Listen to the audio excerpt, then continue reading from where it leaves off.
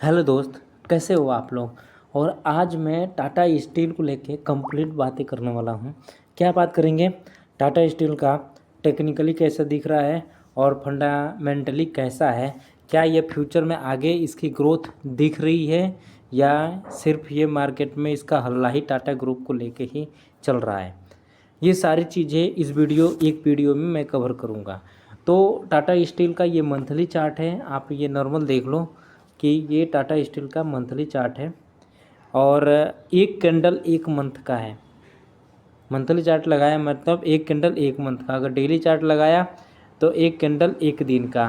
तो ऐसे मैंने इस पर लाइन खींच कर रखा है, इसके कई वीडियो मैंने बताए हैं। इस पर मैंने लाइन खींच कर रखा है। ये जो लाइन है, इस लाइन के ऊपर जब तक है तब तक होल्ड करके रखो।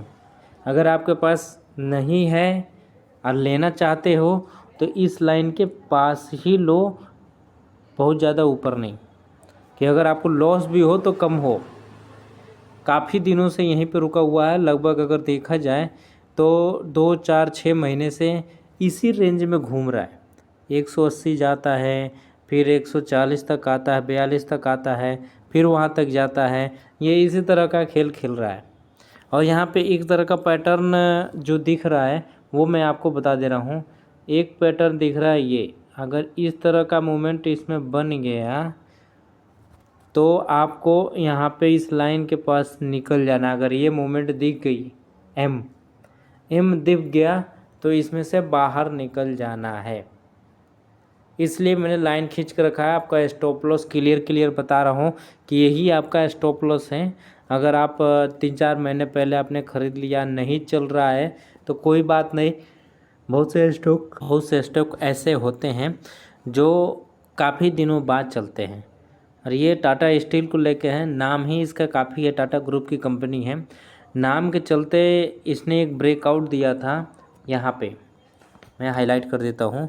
इसने एक ब्रेकआउट दिया था यहाँ पे और यहाँ से चला भी बहुत बढ़िया, यहाँ के आसपास दिया था, यहाँ से चला, फिर नीचे आया, फिर चला। तो इसका चाल ही ऐसा है, ब्रेकआउट देता है, थोड़ा सा ऊपर जाता है, फिर काफ़ी दिनों तक उसी रेंज में घूमता रहता है। जैसे आप देखोगे यहाँ तक आया था, इसके बाद से लगभग मुझे लगता है कि 2022 से 2024 2 साल तक एक रेंज में घूमता रहा। दोबारा ब्रेकआउट दिया जब इसने जब दोबारा 2024 में ब्रेकआउट दिया, तो देखो 2024 का अभी आपका अक्टूबर चल रहा है, उसके बाद से इसी जोन में फंसा हुआ है। तो ये स्टॉक देखने से ही ऐसा लग रहा है, इसकी चलने की तरीका ही ऐसा है। ये एक बार चलता है, फिर रुक जाता है, फिर चलता है, फिर रुक जाता है। अब कितने दिन के लिए देखो, अगर यहीं पे आप देखोगे तो 2 साल के लिए रुका हुआ है। आखिर में ये ऐसा क्यों चल रहा है, क्यों ऐसा लग रहा है कि ये ऐसा चल रहा है। तो मैं फंडामेंटली चल के क्लियर करूँगा कि ऐसे क्यों चल रहा है, क्यों ऐसे इसकी चाल है। ये सारी चीज़ें कवर करेंगे। तो उससे पहले ये मंथली चार्ट की जगह पे मैं आपको एक बार डेली चार्ट भी दिखा दूँ, नहीं तो ये होगा कि मैं वीडियो जब भी बनाता हूँ मंथली और डेली दोनों चार्ट लगाता हूँ, जिससे ये क्लियर हो जाए कि मंथली चार्ट पे क्या दिख रहा है और डेली चार्ट पे क्या दिख रहा है। देखो जहाँ पे मैंने लाइन खींचा है ना, उसी लाइन पे सपोर्ट लेके ये दोबारा ऊपर गया और फिर वहाँ पे रुका हुआ है। ऐसे तो अगर ट्रेंड की बात किया जाए तो यहाँ पे ये अप ट्रेंड में था और यहाँ पे डाउन ट्रेंड में आ गया, फिर यहाँ से धीरे धीरे ऊपर उठने की कोशिश कर रहा है, लेकिन मुझे नहीं लगता कि उस तरह की मोमेंटम उसमें दिख रही है जो कि ऊपर लेके चले जाए। नहीं दिख रहा है उस तरह का मोमेंटम। इसलिए मैं आपको बोल रहा हूँ कि अगर जो एम वाला पैटर्न मंथली चार्ट पे मैंने बनाया था, अगर उस तरह का शेप आपको मिल जाता है तो इस लाइन के पास आके आप निकल जाना। और इसीलिए मैं बाइंग की राय दे रहा हूँ। अगर आपने नहीं ख़रीदा है तो इस लाइन के ऊपर, थोड़ा सा ऊपर, 148 चल रहा है, 149-50 पे आप ख़रीद लो, कोई दिक्कत नहीं है। 142-40 पे भी अगर मिल गया तो ख़रीद लो, कोई दिक्कत नहीं है। उसके नीचे अगर मंथली क्लोज, इस लाइन के नीचे अगर मंथली क्लोज दे देता है, जैसे ये लाइन के नीचे तो आया है लेकिन क्लोजिंग इसकी लाइन के पास जाके हुआ है, तो ऐसे में हमारा स्टॉप लॉस हिट नहीं हुआ है। अगर इस लाइन के नीचे मंथली क्लोज देता है 30 तारीख को या 31 तारीख को, जिसका भी मंथली महीना है, अगर उस महीने में उस तारीख को आके 30 या 31 तारीख को अगर इसके नीचे क्लोजिंग देता है तो हम बाहर निकल जाएंगे, नॉर्मल सी बात है। अब फंडामेंटल की चलते हैं और देखते हैं क्यों ऐसे चल रहा है, ये क्यों नहीं आगे बढ़ रहा है, क्यों रुक रुक के चलता है टाटा स्टील। ये आगे हम टाटा स्टील के फंडामेंटली चार्ट पे, और अगर एक साल का हाई की बात किया जाए तो 184 रुपये तक गया है, और एक साल के लो की बात किया जाए तो 114 रुपये गया है। और अगर मैंने अब खोल भी दिया तो इसका मार्केट कैप बता देता हूँ। ये टाटा स्टील का मार्केट कैप 2,08,511 करोड़ का मार्केट कैप है, और डिविडेंड देता है 2% का।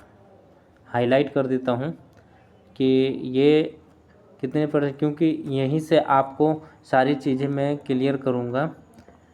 क्लियर जब होगा जब मैं आपको पूरा डिटेल आपको बताऊँगा, तभी जाके ये क्लियर होगा। तो एक बार मैं हाईलाइट किया, अगर डिविडेंड की बात किया जाए तो यहाँ पे 2% का डिविडेंड दे रहा है। कर्जे की बात किया जाए तो 40,557 करोड़ रुपए का कर्जा है, काफ़ी ज़्यादा है। कैश भी पड़ा हुआ है, लगभग 6,000 करोड़ का कैश पड़ा हुआ है।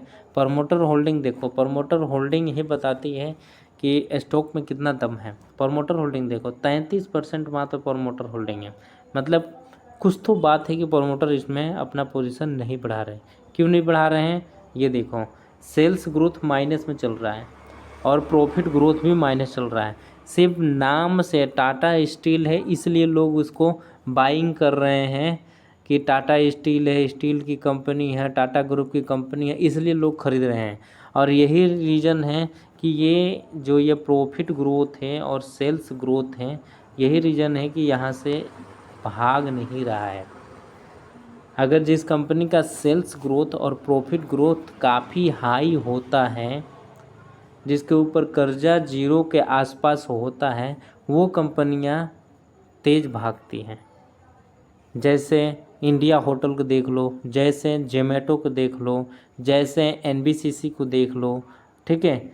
ये वो कंपनियां हैं जिसमें सेल्स ग्रोथ बढ़िया है, प्रमोटर होल्डिंग बढ़िया है, प्रॉफिट ग्रोथ बढ़िया है। कौन कौन सी? इंडिया होटल, जोमेटो, एनबीसीसी, ये कंपनियां हैं। उनके सबका वीडियो मैंने बनाया है, और टाटा स्टील का भी कंपेयर करके आपको दिखा रहा हूँ कि टाटा स्टील में देखो सेल्स ग्रोथ ही माइनस में है, प्रॉफिट ग्रोथ ही माइनस में है।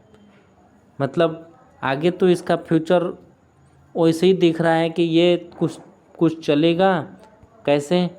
जैसे ऐसे भागा, फिर एक रेंज में घूमने लगा, 2-3 साल घूमा, फिर थोड़ा सा ऊपर गया, फिर एक रेंज में घूम रहा है, इस तरह से चलेगा। मतलब इसमें उस तरह का रिटर्न नहीं देगा जैसे आप सोच रहे हो टाटा ग्रुप को लेके, उस तरह का रिटर्न नहीं देगा।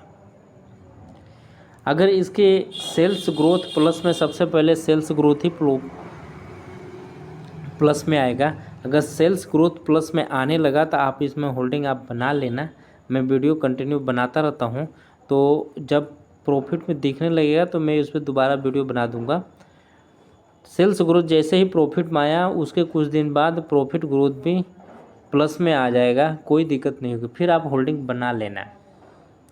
तो अगर आप बेचैन हो कि ऊपर क्यों नहीं जा रही है, क्यों नहीं जा रही है, तो सारा चीज़ मैंने आपको समझा दिया कि जो पैसा आप टाटा स्टील में डाले हो वो पैसा इंडिया होटल में डाल लो, वो पैसा एनबीसीसी में डाल दो, वो पैसा जोमेटो में डाल दो, अलग अलग एरिया में डाल दो जिनके प्रमोटर होल्डिंग भी बढ़िया हैं। उससे नहीं जाता है तब Motherson, Sumi wire India limited करके एक स्टॉक है, उसमें प्रमोटर होल्डिंग जीरो डेट है। इस तरह की कंपनी में आप डाल लो, इसमें लॉस कम होगा, अच्छी खासी चलेगा, जल्दी प्रॉफिट दिख जाएगा। तो इसलिए मैं आपको रिकमेंडेशन दे रहा हूँ। बाकी आप खुद से चेक कर लो, या आपका कोई जानने वाला है ये सारी कंपनियाँ, उसको बताओ, वो आपको बता के देगा कि ये कंपनी जिसका मैंने नाम बताया वो ठीक है कि नहीं है। टाटा स्टील से काफ़ी गुना अच्छा स्टॉक है।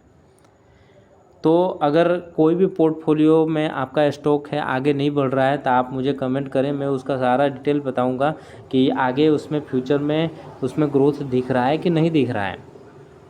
आगे मोमेंटम बनेगी नहीं बनेगी, ये सारी चीज़ें मैं बताऊँगा। तो मिलते हैं हम नेक्स्ट एपिसोड में, तब तक के लिए थैंक यू।